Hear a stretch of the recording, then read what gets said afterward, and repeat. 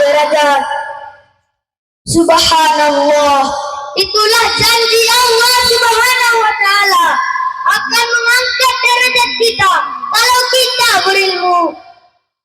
Sebagai contoh, sampai sekarang kita masih mendengar Ibnu Sina sebagai ilmu kedokterannya yang pada usia 10 tahun sudah hafal 30 juz Al-Quran atau Al-Warjini dengan ilmu matematikanya.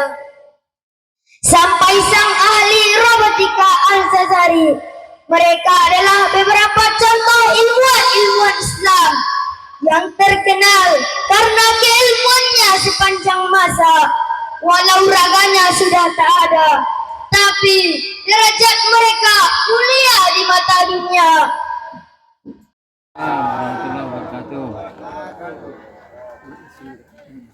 Alhamdulillah, alhamdulillah wahidil ahad, ahmaduhu subhanahu wa huwal faradus samad, walam yakul lahu kufuwan ahad. Allahumma salli wa sallim ala hadan nabiyil karim wa ala alihi wa sahbihi ajma'in.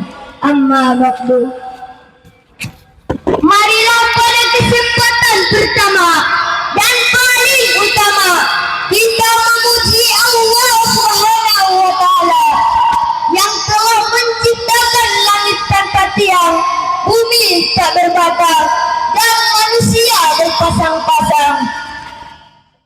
Selanjutnya, salawat beriring salam, marilah kita sanjung baginda kita yang mulia, Nabi besar Muhammad sallallahu alaihi wasallam, seorang tokoh profesi Islam yang telah mengeluarkan kita dari zaman kebodohan menuju zaman yang modern yang serba canggih ini. Dengan lafaz Allahumma salli wa sallim wa barik ala sayyidina Muhammad wa ala ali sayyidina Muhammad. Yang terhormat Bapak Kepala Desa beserta staf-stafnya, yang terhormat Bapak Jabatan Agama, dan yang terhormat Bapak BPD Alim Ulama Cerdik Pandai Hartobangun, dan yang terhormat Bapak Ibu yang datang dari desa yang lain, yang khususnya yang paling saya hormati Bapak Ibu yang datang dari perantauannya, ya, umumnya masyarakat desa Sibanggor Julu yang sangat kita cintai ini, dan yang paling saya muliakan ayahanda dan guru undangan kita yang sengaja kita undang dari kampung halamannya menuju kampung halaman yang sangat kita cintai ini. Adapun tujuan saya berdiri di sini hanya untuk menyampaikan untayan hikmah dengan tema pentingnya menuntut ilmu. Menuntut ilmu merupakan salah satu hal utama dalam agama Islam. Islam memandang menuntut ilmu sebagai ibadah yang diwajibkan bagi seluruh umat Islam. Jauh sebelum UNESCO mengelakkan program wajib belajar, panutan kita adalah Rasulullah Muhammad sallallahu alaihi wasallam bersabda, "Talabul ilmi faridatun ala kulli muslimin wal muslimat."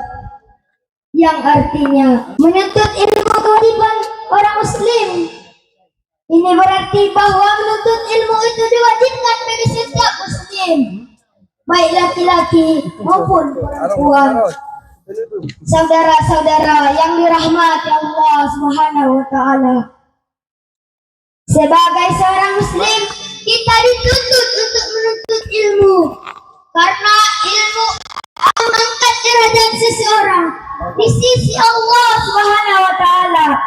Allah berfirman dalam suratul Mujadalah ayat 11 yang berbunyi, أعوذ بالله من الشيطان الرجيم بسم الله الرحمن الرحيم يرفع الله الذين آمنوا منكم والذين أوتوا العلم درجات, yang artinya Allah akan mengangkat derajat orang beriman dan orang berilmu dengan beberapa derajat.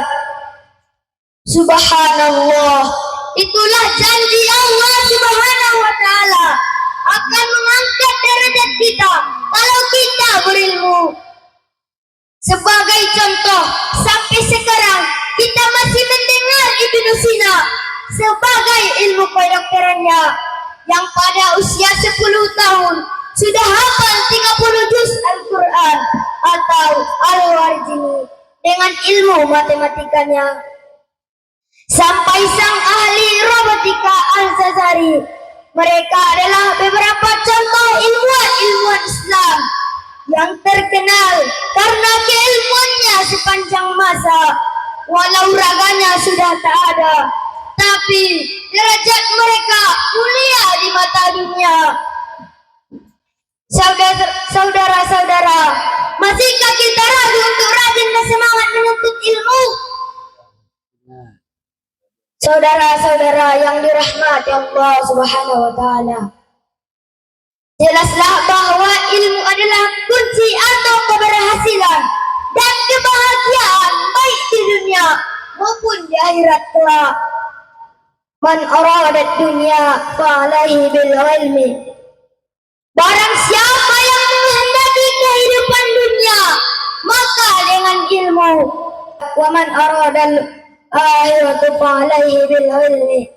Dan barang siapa yang menghendaki kehidupan akhirat, maka dengan ilmu. Wa man aradahuma fa'alaihi bil ilmi. Dan barang siapa yang menghendaki keduanya, maka dengan ilmu.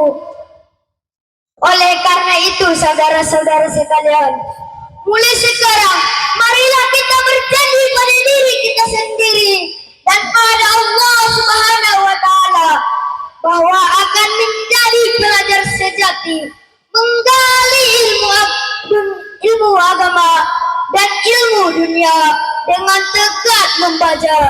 Hanya ini yang dapat saya sampaikan. Lebih kurangnya saya mohon maaf. Jalan-jalan ke masjid raya, jangan lupa sholat di dalamnya. Kalau ingin Islam berjaya, menuntut ilmu itulah kuncinya.